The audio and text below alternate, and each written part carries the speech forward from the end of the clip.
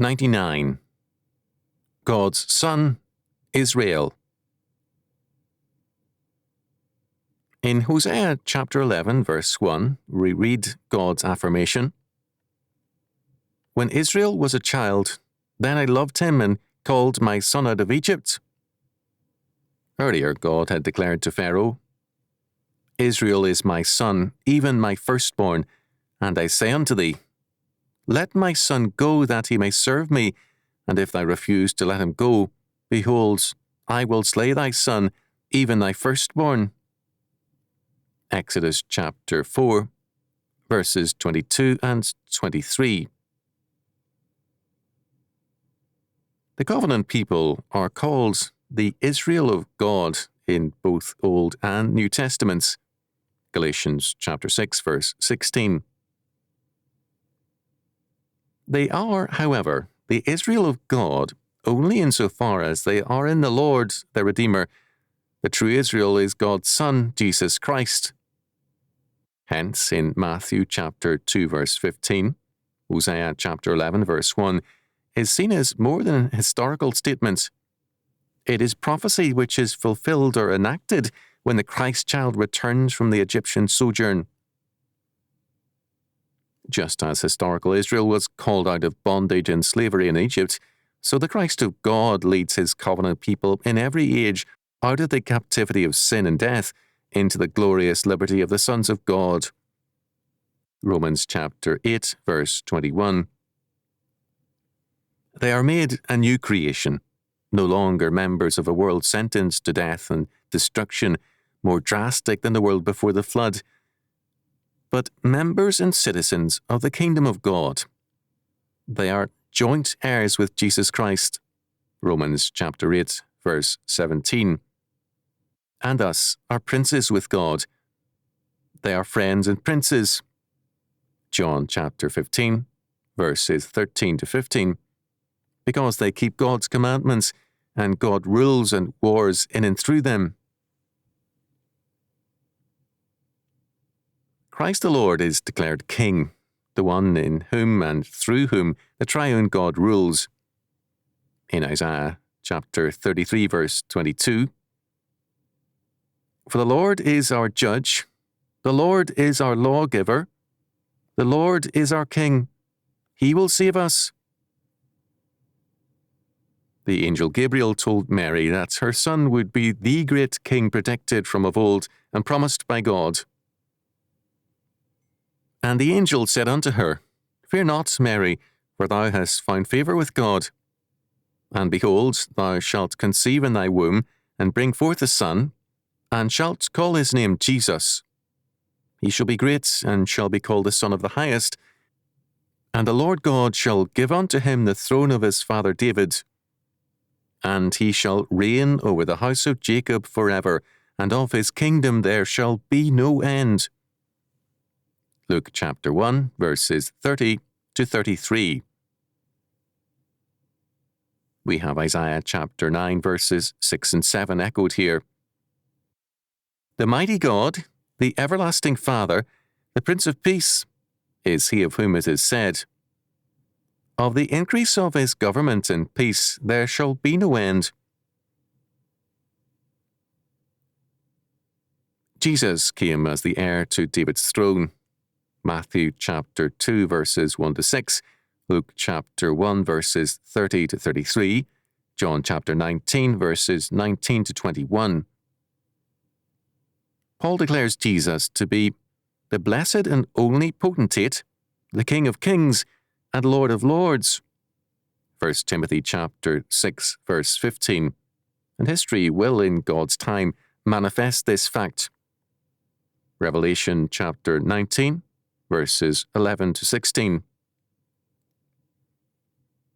This God-King shall rule, and shall wage war through his covenant people Israel, and all rival gods and forces shall perish and disappear.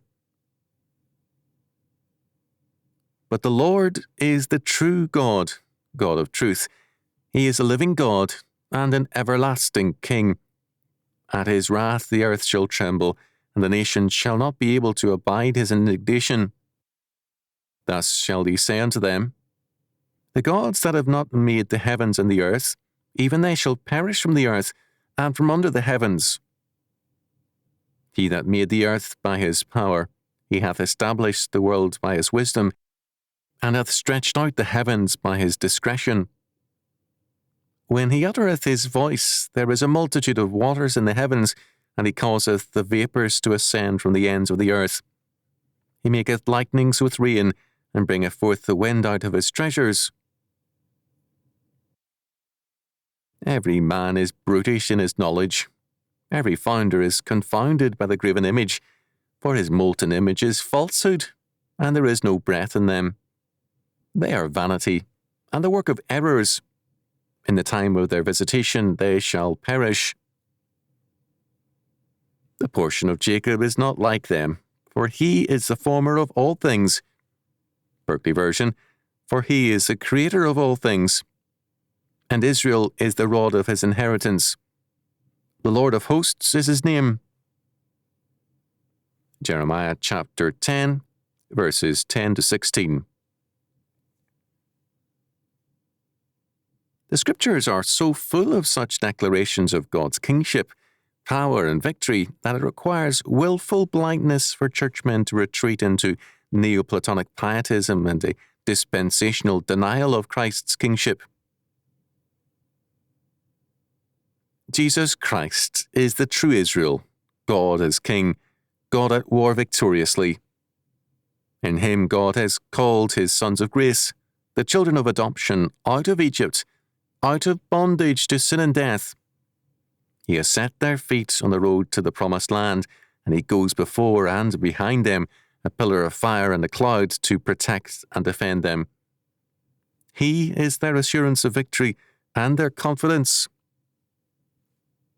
As long as the covenant people move by faith and in obedience to him, God rules over them and through them, and God wars in and through them. They are God's Israel, his visible kingdom and army. Christ is God's true Israel, and we as members of Christ are the Israel of God. He is the King of the nations and King of the earth, Psalm 2. And all nations shall submit to Christ the King and his law. All the ends of the world shall remember and turn unto the Lord, and all the kindreds of the nations shall worship before thee. For the kingdom is the Lord's, and he is a governor among the nations. Psalm 22, verses 27 and 28. Psalm 47 celebrates the universal kingship of God. He is a great king over all the earth. He shall subdue the people under us, and the nations under our feet. Psalm 47, verses 2 and 3. Of Christ's kingdom we are told, and the Lord shall be king over all the earth. In that day shall there be one Lord, and his name one. Zechariah chapter 14, verse 9. That is, there will be only one God worshipped. Christ's reign shall be as King of peace. Hebrews chapter 7, verse 2, Isaiah chapter 9, verse 7.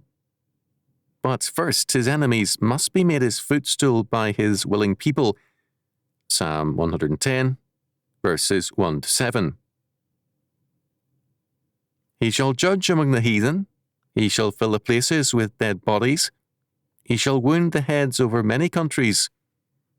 He shall drink the brook in the way, therefore shall he lift up the head. Psalm 110, verses 6 and 7. So assured is he of victory that he drinks readily and without fear from any stream he has to cross. This is a picture of assurance and certainty in victory. Then the Lord raises his head and standard and charges forward, triumphing. James Moffat. Christ is God's Israel, his covenant king and man. Through Christ, the true Israel of God, God rules and God wars, and none can stand before him.